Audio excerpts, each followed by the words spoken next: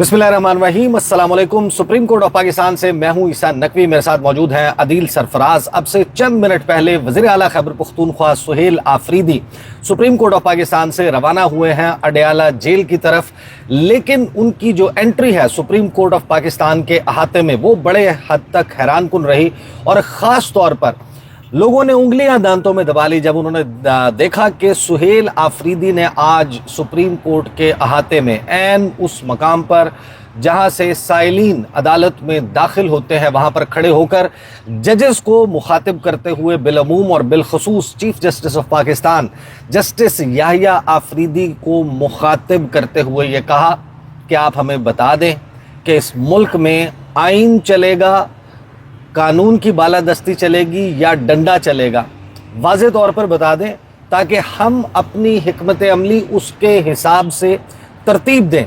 ये किस सियाको सबाक में कही गई बात बड़ा ही हैरानकुन था और फिर बड़े ही पॉइंटेड क्वेश्चंस हुए उनसे। 3 से 4 सवालात हुए कि उनकी जो मुलाकात हुई है कोर कमांडर पेशावर से उसका मकसद क्या था, उस मुलाकात में डिस्कस क्या हुआ, और उसके लिए भी एक गैर रवायती और अनकन्वेंशनल जो है वो जवाब आया। And during the course of our discussion in this video today हम ये भी डिस्कस करेंगे कि शायद लगता ये है कि सुहेल आफरीदी ने ये ठान ली है कि हर वो काम जो गंडापुर साहब गुरेज कर रहे थे करने से वो किया जाएगा उनकी जानिब से, क्योंकि ये बड़े वाज़े तौर पर उन्होंने कहा कि अब इमरान खान की हर हिदायत पर मिन्नो अमल दरामद किया जाएगा। एक बड़े अरसे के बाद, लंबे अरसे के बाद हमने देखा कि सुप्रीम कोर्ट ऑफ पाकिस्तान में एंट्री हुई और सुप्रीम कोर्ट ऑफ पाकिस्तान और फिर ख़ास तौर पर रेड जोन में तहरीक इंसाफ दाखिल हुई है। मुख्तलिफ कॉल्स दी जाती रही, लेकिन उसका इम्पेक्ट हमेशा से इतना ज़्यादा इस वजह से नहीं रहा कि उसकी क़यादत जो है वो टॉप लेवल पर नहीं आकर की गई। लेकिन यहाँ पर आज जुनेद अकबर साहब भी मौजूद थे, दीगर तहरीक इंसाफ के लोग मौजूद थे, नईम पंजोता मौजूद थे, और सुहेल आफरीदी खुद जब यहाँ पर पहुँचे और इसके हवाले से पहले से प्लान मालूम भी नहीं था, वो अचानक पहुँचे हैं। लेकिन आज सुबह से हम ये देख रहे थे कि यहाँ पर नफरी बड़ी तादाद में पुलिस की मौजूद थी और लग यही रहा था कि शायद ये सिर्फ तहरीक इंसाफ ने जो कॉल दी है कि यहाँ पर बाहर मौजूद होंगे सब लोग एहतजाज के लिए, शायद उसकी वजह से है। लेकिन फिर अचानक से पता चला कि अडयाला जेल जाने से पहले सुहेल आफरीदी ने अपने काफिले को ऑर्डर दिया कि वो पहुँचे सुप्रीम कोर्ट ऑफ पाकिस्तान की तरफ, और फिर वो सुप्रीम कोर्ट आए और यहाँ पर जो गुफ्तगू हुई, माहौल क्या था, ओवरऑल क्या डिस्कशन हुई, लेकिन 2 चीज़ें पॉइंटेड। एक, जजेस को जो पैगाम दिया गया है आगाज़ भी वहीं से हुआ और फिर दरमियान में अदील सरफराज ही का सवाल था जजेस के हवाले से और अदलिया के हवाले से कि जो आप बार बार लिख रहे हैं या बात कर रहे हैं तो आपको क्या कोई मस्बत जवाब मौसूल हुआ है, उसके ऊपर फिर उस कॉन्टेक्स्ट में क्या बात हुई, कोर कमांडर के हवाले से क्या बात हुई। अदील सरफराज, पहले तो ये बताएं कि ये प्लान पहले से नोन नहीं था। हमेशा ये होता है कि इस किस्म का कोई प्लान होता है तो सहाफ़ियों को पहले से बता दिया जाता है। आपने अचानक से मुझे कॉल की, मैं भी करीब में ही मौजूद था तो फिर मैं भी यहाँ पर आ गया। एग्जैक्टली क्या माहौल था और सुहेल आफरीदी की एंट्री आप क्या समझते हैं किस तरह से मुख्तलिफ थी? क्योंकि गंडापुर साहब जब भी आए हैं वो यहाँ पर इस किस्म के एहतजाज लीड करने के लिए नहीं आए, बल्कि वो अंदर आए थे और उन्होंने जो दरख्वास्तें दी उनके ऊपर भी बड़े एतराज़ होते रहे कि शायद दरख्वास्त देने का भी तरीक़ाकार ऐसे है कि जैसे अब प्लीज़ आप हमारी बात ना माने। बिल्कुल, आपकी बात दुरुस्त है। गंडापुर साहब तो आते थे सर, वो एजी ऑफिस में पहले जाते थे, वहाँ पर बैठकर चाय का कप पिया, कोई डिस्कशन की और उसके बाद बाहर आकर टॉक की और चलते बने। ये पहली दफ़ा हम देख रहे हैं कि वज़ीर आला साहब आए हैं सुप्रीम कोर्ट ऑफ पाकिस्तान में, दाखिली दरवाजे से अंदर दाखिल नहीं हुए। वो सुप्रीम कोर्ट के जो बैरूनी दरवाज़ा है यहाँ से अंदर गए हैं, पार्किंग वाली साइड पर, वहाँ पर गाड़ियाँ पार्क हुई हैं और फिर चल कर उनको कुछ लोग साथ लेकर आए हैं और एक पूरा माहौल बनाया जा सके। आपको मालूम है हमारे अकब में जो आप लॉन देख सकते हैं, इस लॉन में यहाँ पर उन्हें जगह दी गई पाकिस्तान तहरीक इंसाफ, क्योंकि सुबह जब ये आए तकरीबन 12 बजे, उस वक्त बजे थे, 12 का टाइम था, सीमा भी आता है और 2-3 और उनके साथ खवातीन थी, 7 से 8 लोग थे कुल मिलाकर जो सुप्रीम कोर्ट के दाखिली दरवाजे तक पहुंचे और उन्होंने एहतजाज की गर्ज से वहाँ पर जब आए तो SHO साहब ने उन्हें कहा कि आप बाहर जाकर एहतजाज करें, यहाँ पर आप नहीं कर सकते, और वो खामोशी के साथ बाहर आ गए क्योंकि उनके साथ उस वक्त लोग भी नहीं थे। बाहर आकर उन्हें एक लॉन में खड़ा कर दिया गया। वहाँ पर हमने देखा कि यके बाद दीगरे कारकुनान पहुँचना शुरू हो गए, जो बेसिकली नॉर्थ पंजाब की PTI का एक है, आप कह सकते हैं लीडरशिप है और कारकुनान है, उन्हें यह टास्क आज दिया गया था कि वो यहाँ आएंगे। ये नहीं मालूम था कि सुहेल आफरीदी साहब आएंगे। और ना ही मरकजी क़यादत का बताया गया। ये बताया गया कि नॉर्थ पंजाब यहाँ पर अपना एक एहतजाज रिकॉर्ड करेगी इमरान खान साहब के केसेस फिक्स ना होने पर। जब ये यहाँ पर पहुँचे तकरीबन 1 बजे, हमने देखा कि चकवाल और आप कह सकते हैं तलागांग और इसी तरह दीगर अजला से यहाँ पर लोग पहुँच गए, उनके कई MPAs कई MNAs भी पहुँच गए। थोड़ी देर के बाद देखा गया कि जो जुनैद अकबर साहब हैं वो भी आ गए और फिर दीगर भी मरकजी रहनुमा पहुंचना शुरू हो गए। तो हमने भी कुछ घोड़े दौड़ाए और पूछा, मालूम हुआ कि सोहेल आफरीदी साहब पहुंच रहे हैं। मैंने तब आपको ये कॉल की थी। और जब सोहेल आफरीदी साहब यहाँ पर आए तो हमने देखा जो एक छोटा सा इकट्ठ था, पहले 7-8 लोग, फिर 20-25 लोग, वो अचानक से आप कह सकते हैं कि 100-150 अचानक। और ये बहुत बड़ा मैं समझता हूँ नंबर है। रेड जोन की जब आप बात करें सुप्रीम कोर्ट के बिल्कुल अहाते में या right outside the supreme court, तो this number is a lot, बहुत बड़ा नंबर है। क्योंकि यहाँ पर आपको मालूम है 1 या 2 लोगों को भी जिनके हाथ में PTI का झंडा हो उन्हें तो दाखिल ही नहीं होने दिया जाता। आइडेंटिटी हो जी हाँ, से इनकी गाड़ियों पर भी हमने देखा जो साइड मिरर्स थे उनमें PTI के झंडे लगे हुए थे, लेकिन आज वो यहाँ पर पहुंचे हैं। और फिर दूसरी बात यह है कि नारेबाजी नहीं थी। और ये जो प्लानिंग की बात है ना, पहले जो झंडे थे वो भी अंदर थे, कोई समझ नहीं आ रही थी कि ये लोग कौन है। अचानक ये लोग आए हैं 1-1, 2-2 करके टोलियों में यहाँ पर पहुंचे हैं। मैंने इवन दो हम कोशिश करेंगे वीडियो भी नाज़रीन को दिखा दें, उस वीडियो में मैं इनसे पूछ रहा हूँ कि आप लोग नारे नहीं लगा रहे, एक कतार में खड़े हैं 8-10 लोग, इंसर्शंस बन रही हैं, तो मैंने कहा नारे आप क्यों नहीं लगा रहे? तो वो कहते हैं बड़ी मासूमियत के साथ कि हमें पुलिस वालों ने रोका है, हम नारे नहीं लगा सकते। तो बेसिकली बड़ा टोन डाउन किस्म का वो कर रहे थे, ये जाहिर नहीं कर रहे थे कि वो यहाँ पर करना क्या चाह रहे हैं। जब सोहेल आफरीदी साहब आए वही लोग जो हमें कह रहे थे नारे नहीं लगाने, उन्होंने फिर काफी ऊंचे नारेबाजी की। एक तरह से फ्लैश मॉब जैसे परफॉर्मेंस होती है या फ्लैश मॉब प्रोटेस्ट होता है कि आप अचानक से एक जगह नमूदार होते हैं और इससे पहले कि उसका सद्देबाब किया जाए, तदारुक किया जाए, आप उससे पहले ही वहां से गायब हो जाते हैं। और ये एक देखिए इसमें एक चीज मस्बत भी है ईसा भाई, आप देख सकते हैं पाकिस्तान तहरीक इंसाफ के साथ एक चीज जोड़ी जाती है, गलत या सही, कि पाकिस्तान तहरीक इंसाफ पुरतशद्दुद हो जाती है एहतजाज के दौरान, ये लोग ज़्यादा थोड़े से एग्रेसिव हो जाते हैं। तो उन्होंने आज उनको भी गलत साबित किया है कि भाई अगर रेड जोन के अंदर वो इतना पुरअमन एहतजाज कर सकते हैं तो शायद एक उन्होंने मुस्बत पैगाम दिया। और सोहेल आफरीदी साहब की जो आमद है उससे मैं समझता हूँ कि एक बड़ा स्ट्रांग मैसेज गया है, क्योंकि आपको मालूम है सोहेल आफरीदी और गंडापुर में जैसा कि आपने कहा बड़ा फ़र्क है। वो बाहर एहतजाज में नहीं आते थे, वो अंदर जाते थे, वो आए ही बाहर इस एहतजाज के लिए हैं। उन्होंने यहाँ पर आते ही लोगों से पहले मुसाफा किया, जो लोग वहाँ पर मौजूद थे उनसे वो मिले, और उनके फेशियल एक्सप्रेशंस जो थे, हमारे दोस्त बता रहे थे कि यार ये कैसा वज़ीर आला है जो अपने गार्ड्स को खारदार तारों से बचा रहा है और कह रहा है कि भाई इधर पाँव ना रखो, इधर रखो, मेरे साथ साथ चलो, वो उनको बचा रहा है। अच्छा, उस कंटेंट पे जो उन्होंने वहाँ पर गुफ्तगू की जो बहुत ही इंपॉर्टेंट है, उस पर आने से पहले 2-3 मैं भी आपको ऑब्जर्वेशंस जो है वो दे दूँ। एक तो ये कि देखें सुहेल आफरीदी का इस प्रोटेस्ट में आना अगर यही नंबर होता या इससे 2 गुना नंबर होता या इससे 3 गुना नंबर होता, यानी हम अगर बात कर रहे हैं कि लेट्स जस्ट अस्यूम के 150 ऑड पीपल वर देयर, 150 थे या 155 थे या 160 थे, 170 थे, अगर इससे 2 गुना लोग होते, इससे 3 गुना लोग होते, इससे 4 गुना लोग भी होते, इम्पैक्ट ना बनता सुहेल आफरीदी के आने से इम्पैक्ट बना। दूसरा आपने कहा कि सुहेल आफरीदी, जाहिर है कि यहाँ पर लोग ज्यादा सुहेल आफरीदी को नहीं जानते। सुहेल आफरीदी जिस वक्त टॉक खत्म करके रवाना हुए हैं तो उनका अपनी गाड़ी तक पहुंचने के लिए जो उनके साथ सिक्योरिटी आई थी उसने एक हिसार बनाकर रास्ता बनाया हुआ था उस मकाम से, क्योंकि आप तो बिल्कुल सामने खड़े हुए थे, मैं इस दूसरी जानिब खड़ा हुआ था, एक हिसार बनाया हुआ था गाड़ी के दरवाजे तक ताकि वो हैसल फ्री जो है वो वॉक करते हुए पहुंच सकें।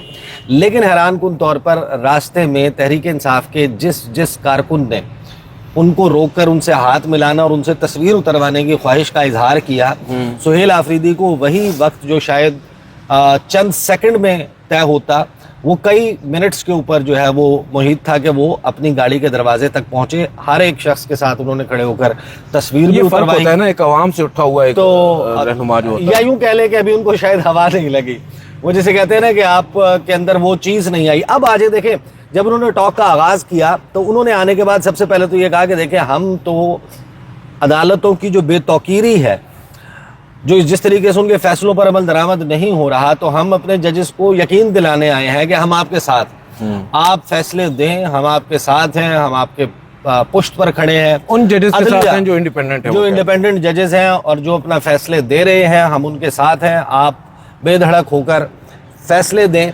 यहाँ से ऑनवर्ड आप हमें बताएं कि ख़ास तौर पर जो कोर कमांडर पेशावर के साथ मुलाकात है उसके हवाले से उन्होंने जिस तरीके से कहा वन गो में, हमारे यहाँ तो आपको पता है कि ये नहीं कहा जाता, उन्होंने कहा कि चाहे आईजी हो, मैं वज़ीर आला हूँ, मैं चीफ एग्जीक्यूटिव हूँ, मेरे दफ्तर में आईजी भी आते हैं, डीआईजी भी आते हैं, सेक्रेटरीज भी आते हैं, दीगर ऑफिशियल लोग भी आते हैं, तो कोर कमांडर भी आए। देखें, इसमें दो मुख्तलिफ सवालात थे इसी इशू के ऊपर, दो तीन सवालात थे। उन्होंने कंफर्म भी किया कि मुलाकात के कंटेंट्स पूछने का भी था सवाल, क्योंकि उनसे पूछा गया सबसे पहले कि आपकी कल मुलाकात हुई, उन्होंने कहा जी बिल्कुल मुलाकात हुई, और वो खामोश हो गए। फिर उनसे पूछा गया कि इस मुलाकात में क्या हुआ, तो उन्होंने कहा कि देखें वो आए थे मुझे मुबारकबाद देने के लिए, कोर कमांडर साहब, उन्होंने मुझे मुबारकबाद दी। पूछा गया कि उसमें मजीद क्या बात हुई, मुबारकबाद तो चले आपको मिल गई, और भी कुछ बात हुई होगी। तो उन्होंने कहा कि देखें ये ऑफिशियली वो नहीं आए थे, कोई एज सच मीटिंग उस तरह नहीं थी, इनफॉर्मल एक तरह से आप कह सकते हैं, या गैर रस्मी किस्म की गुफ्तगू हुई ज़रूर है। ये उन्होंने कंफर्म किया है कि जो भी हुआ है वो अनऑफिशियली बहुत कुछ हुआ है, डिस्कस हुआ है, वो यहाँ पर वो ऑब्वियसली उसको पब्लिक नहीं कर सकते, लेकिन ये कंफर्मेशन ज़रूर है कि काफ़ी जो मौज़ूआत हैं उनके ऊपर वो ज़ेर बहस आए हैं। लेकिन साथ उन्होंने एक बात ज़रूर कही जिसको उन्होंने तसहीही अंदाज में जो है वो किया, उन्होंने कहा कि जो बात कमरे के बाहर होती है वही बात कमरे के अंदर हुई है। That was very interesting. जी हाँ, और एक और चीज़ बड़ी इंटरेस्टिंग है, आखिर में मतीउल्लाह जान साहब ने गालबन उनसे ये सवाल पूछा कि आपके जो प्रेडेसेसर थे जनाब अली अमीन गंडापुर साहब, वो तो अपनी काबीना के हमरा खुद पहुंच जाते थे कोर कमांडर के पास, तो आपने ये क्यों रिवायत तोड़ी है? तो उन्होंने कहा कि देखें वो तो जो करते थे वो करते थे, मुझे उनका तो नहीं मालूम। बहरहाल मैं तो ये चाहता हूँ कि मुल्क के अंदर जो चीफ एग्जीक्यूटिव चाहे सूबे का है चाहे मुल्क का है, एक जाने वज़ीर आज़म है दूसरी जाने वज़ीर आला है, उनका जो आइन में एक किरदार है उसकी कदर होनी चाहिए, और हर जो एक प्रॉपर वो एक हिरार्की होती है वो ये चाहते हैं कि उस पर इम्प्लीमेंटेशन होनी चाहिए। मालूम होना चाहिए कि सूबे का जो चीफ एग्जीक्यूटिव है उसके पास ही जाकर लोगों ने मिलना है। इसी तरह वो कहते हैं कि मेरे पास कोर कमांडर आए हैं और भी आते हैं, आईजी भी आते हैं और दीगर भी आला ओहदेदारान मेरे पास आते हैं मुलाकात के लिए, क्योंकि मैं सूबे का चीफ एग्जीक्यूटिव हूँ। तो basically he was trying to tell कि वो he is the boss now, वो अब सूबे के बॉस है और उनके पास ही आना है। और मैं समझता हूँ कि ये एक अच्छी रिवायत है, और हम तो ये कहेंगे कि वफाक में भी ये बात चलनी चाहिए। हर जगह पे जो चीफ एग्जीक्यूटिव है, जो बात आइन और कानून में है वो तो है ही, लेकिन अमली तौर पर भी अगर हम उसे उसका जो ड्यू क्रेडिट है या ड्यू उसका जो रिस्पेक्ट है, ऑनर है, वो देंगे तो ही शायद बेहतरी होगी। ये उनका मतमा नजर था जो मुझे समझ में आया, जो कहना वो यही चाह रहे थे। साथ में सुहेल आफरीदी ने ये कहा कि अब इमरान खान की जो भी हिदायत होगी उस हिदायत पर अमल दरामद होगा। अब आ जाते हैं अदील सरफराज साहब का सवाल, जिसके जवाब में आइन और डंडे वाली बात जो है वो सामने आई। जिसमें अदील सरफराज ने, मैं आपको बता दूं, सवाल ये किया था सुहेल आफरीदी साहब से कि आपने सुप्रीम कोर्ट ऑफ पाकिस्तान को रुजू किया है, आपने ख़त लिखा है, आपने दरख्वास्तें दी हुई हैं अदालतों में, तो उसका आपको क्या जवाब मिला है? जी हाँ, वो कहते हैं जी देखें जवाब मुझे क्या मिलना है, मेरे कायद इमरान खान साहब ने भी खतूत लिखे हैं, लेकिन हमें आज तक उसके ऊपर कोई मस्बत पेशरफ्त नहीं हुई, कोई जवाब उनका नहीं आया। बहरहाल वो ये बेसिकली आज अंदाज़ा यही हुआ है कि जिस तरह उन्होंने इंडिपेंडेंट जजेस साहिबान का हवाला दिया है, उन्होंने ओवरऑल सुप्रीम कोर्ट के तमाम जजेस का हवाला नहीं दिया। उनके नज़दीक जो इस वक्त सुप्रीम कोर्ट के इंडिपेंडेंट चंद बासूल जजेस साहिबान हैं, वो उनको ये कहना चाह रहे हैं कि भाई आप डट जाएं, हम आपके साथ खड़े हैं। शायद जो माजी में की गई गलतियां हैं उनके प्रेडेसेसर से, वो उनको ये बावर कराने के लिए आए हैं कि शायद अब वो ये गलतियां नहीं करेंगे, लिहाजा आप हम पर तकिया कर सकते हैं। मुझे ये लगा है शायद वो ये बता रहे हैं जस्टिस मंसूर अली शाह को, जस्टिस अतर मिनल्ला को, जस्टिस मुनीब अख्तर को और दीगर ब्रदर जजेस साहिबान को जो सुप्रीम कोर्ट के हैं कि भाई आप अगर आइन और कानून के ऊपर खड़े हैं तो हम भी आपके साथ खड़े हैं। और दूसरी जानिब जो चीफ जस्टिस याहिया आफरीदी साहब हैं, उनसे बहरहाल उन्होंने ये तवक्को जाहिर की है कि हम आपके सामने दरख्वास्तें दे रहे हैं। एज बतौर चीफ एग्जीक्यूटिव मैंने आपको ख़त लिखा, आपसे दरख्वास्त की, इस्तदा की, मेरी लीगल टीम ने आपसे रब्ता किया, आपने उसके ऊपर हमें मुस्बत क्या, आपने रद्द अमल ही नहीं दिया, आपने उसके ऊपर हमें कोई जवाब ही नहीं दिया। बेसिकली आपकी जानिब से हमें जवाब ही मिला है। तो हम ये जानना चाहते हैं आपसे, हमारा यहाँ पर आपके बाहर, आपके सुप्रीम कोर्ट के बाहर एहतजाज का मकसद ये है कि आप हमें बता दें इस मुल्क में क्या अब आइन चलेगा, कानून चलेगा या फिर डंडा चलेगा? आइन की बालादस्ती होगी, कानून की बालादस्ती होगी या फिर डंडा चलेगा? ये बेसिकली बहुत स्ट्रांग किस्म का मैसेज अगर वो ले लें। नहीं, वो यहाँ तक तो फिर भी जो है वो एक इस्तेज़ाइया था, लेकिन उसके बाद जो उन्होंने कहा दैट वाज काइंड ऑफ, जिसमें तंबीह मौजूद थी, जिसपे उन्होंने ये कहा कि आप हमें इसका जवाब दे दें ताकि हम उसके मुताबिक अपनी हिकमत अमली वज़ा करें। जी हाँ, सो दैट वाज इंटरेस्टिंग। अच्छा, इसमें एक सवाल और मैंने उनसे पूछा था, नवंबर का एहतजाज क्योंकि आजकल आपको मालूम है उसके ऊपर भी तुक्के लगाए जा रहे हैं। तो मैंने पूछा कि क्या एहतजाज के लिए आप लोग आ रहे हैं इस्लामाबाद में, तो उन्होंने जुनैद अकबर साहब की तरफ रेफर किया कि ये क्योंकि सूबाई सदर हैं, यही तय करेंगे, हमें इमरान खान साहब जो कॉल देंगे हम उसके ऊपर आएंगे। हाँ, तो ये हुआ। और फिर जाहिर है कि उनसे ये भी सवाल हुआ इमरान खान से मुलाकात के हवाले से, जिस पर उन्होंने बताया कि मैं अब रवाना होने लगा हूँ अडियाला जेल। आज मुलाकातियों की फहरिस्त में मेरा नाम भी मौजूद है, लिहाजा जो है वो अब मैं वहाँ पर जाकर अटैम्प्ट करूँगा मुलाकात के लिए। लगता यही है कि सुहेल आफरीदी साहब जो है उन्होंने फ़िल वक्त अपना हर फैसला मौकूफ़ रखा है, साकित रखा है कि जब तक उनकी इमरान खान से मुलाकात नहीं हो जाती। उसके ऊपर भी ज़ाहिर है कि दो तीन किस्म की आरा जो हैं वो मौजूद हैं। एक ये कि शायद ऐसा करने से आर्टिकल 234 इन्वोक करके सूबे में एमरजेंसी का नफाज किया जा सकता है, गवर्नर राज की तरफ मामला जा सकता है कि कार्य सरकार नहीं चल रहा, मफलूज हो गई है, पैरालिसिस में है हुकूमत, और इस तरीके से एक प्रोविंस, एक फेडरेटिंग यूनिट नहीं चल सकता। लेकिन अभी तक तो अपने उस इरादे पर कायम ना सिर्फ नज़र आते हैं सुहेल आफरीदी, बल्कि ये भी अब ज़ाहिर है कि गैस किया जा रहा है, कुछ लोग ये दावा कर रहे हैं कि आज मुलाकात हो जाएगी।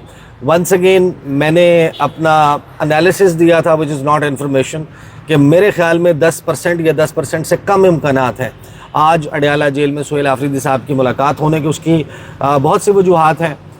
जिस किस्म का इसको मैच बना दिया गया है, आज की मुलाकात हुई तो वो तो बड़ा वाज़े ऐसा होगा, लगेगा कि लोग जो हैं वो फिर वीडियोस कर रहे होंगे, इस्टेब्लिशमेंट ने सरेंडर कर दिया, हुकूमत ने सरेंडर कर दिया, इस किस्म की बातें हो रही होंगी। तो शायद आज ये उज़र हो, आज ये उज़र हो कि आज तो वकला और फैमिली की मुलाकातों का दिन है, तो क्योंकि ना वो वकील हैं ना फैमिली है, लिहाजा उनकी मुलाकात नहीं। लेकिन जुमेरात तक फिर पुलों के नीचे से बहुत सा पानी बह जाएगा। बहरहाल एक इंटरेस्टिंग और भी थी जी, उसमें एक सवाल हमारे एक दोस्त ने पूछा कि आपकी अगर इमरान खान से लट से 2 महीने मुलाकात नहीं होती तो क्या सुबह ऐसे ही चलता रहेगा, काबीना नहीं बनेगी? तो सुहेल आफरीदी साहब का जवाब बड़ा इंटरेस्टिंग था। उन्होंने कहा कि आप इस सवाल का जवाब मुझसे क्यों पूछ रहे हैं, आप उनसे लेना जो मेरी मुलाकात नहीं करने दे रहे इमरान खान साहब से। तो सुबह ऐसे ही चलना है या सुबह काबीना के साथ और कार्य सरकार चलना है? फिर साथ में उन्होंने ये आप ज़रूर नोट करें कि उनकी जितनी भी अपीयरेंसेस हैं उसमें एक बात वो बड़ी शद्दोमद से कहते हैं और बड़ा ताना देने के अंदाज में कहते हैं कि मेरे पास अवामी मैंडेट है। जी हाँ, हमारे पास अवामी मैंडेट है, हम अवाम के मुंतखब नुमाइंदे हैं। ये शायद वो नून लीग को या बाकी उनको जो है वो बता रहे होते हैं। तो उन्होंने कहा कि इस वजह से ये सब करना हमारा हक है। तो एक डिफरेंट किस्म का जो है वो एक्टिविटी करते हुए नज़र आ रहे हैं। और आज भी शायद ये अंडर रिपोर्टेड रहता है एहतजाज। मैंने पहले भी कहा कि नंबर चाहे जितना ज़्यादा होता, इससे 3 गुना 4 गुना 6 गुना नंबर लाकर पाकिस्तान तहरीक इंसाफ एक खामोश या चीखता चिंघाड़ता हुआ एहतजाज कर लेती। लेकिन अभी जो उनकी टॉक हुई है, आई एम श्योर कि इसको मेन स्ट्रीम में भी भरपूर किस्म की जगह मिली होगी। इसके ऊपर टॉक शोज़ में भी बात होगी। अगले दिन अखबारों की सुर्खियों में या फ्रंट पेज के ऊपर आपको इसकी खबरें जो हैं वो मिलेंगी। और सोशल मीडिया ऑलरेडी आप देख रहे होंगे कि यूट्यूब वीडियोस से लेकर ट्विटर, फेसबुक, टिकटॉक और दीगर जो प्लेटफॉर्म्स हैं वहाँ पर इस पर गुफ्तगू शुरू हो चुकी है। दिस वाज समथिंग जो पहले मिसिंग थी गंडापुर साहब की वजारत आला के दौरान, जिसका अब आना और अगर इसका तसलसल जारी रहता है तो वो एक काइंड ऑफ मोमेंटम क्रिएट कर सकता है। मुझे और अदील सरफराज को इजाज़त दीजिए, अगली वीडियो में फिर मुलाकात होगी। अल्लाह हाफ़िज़।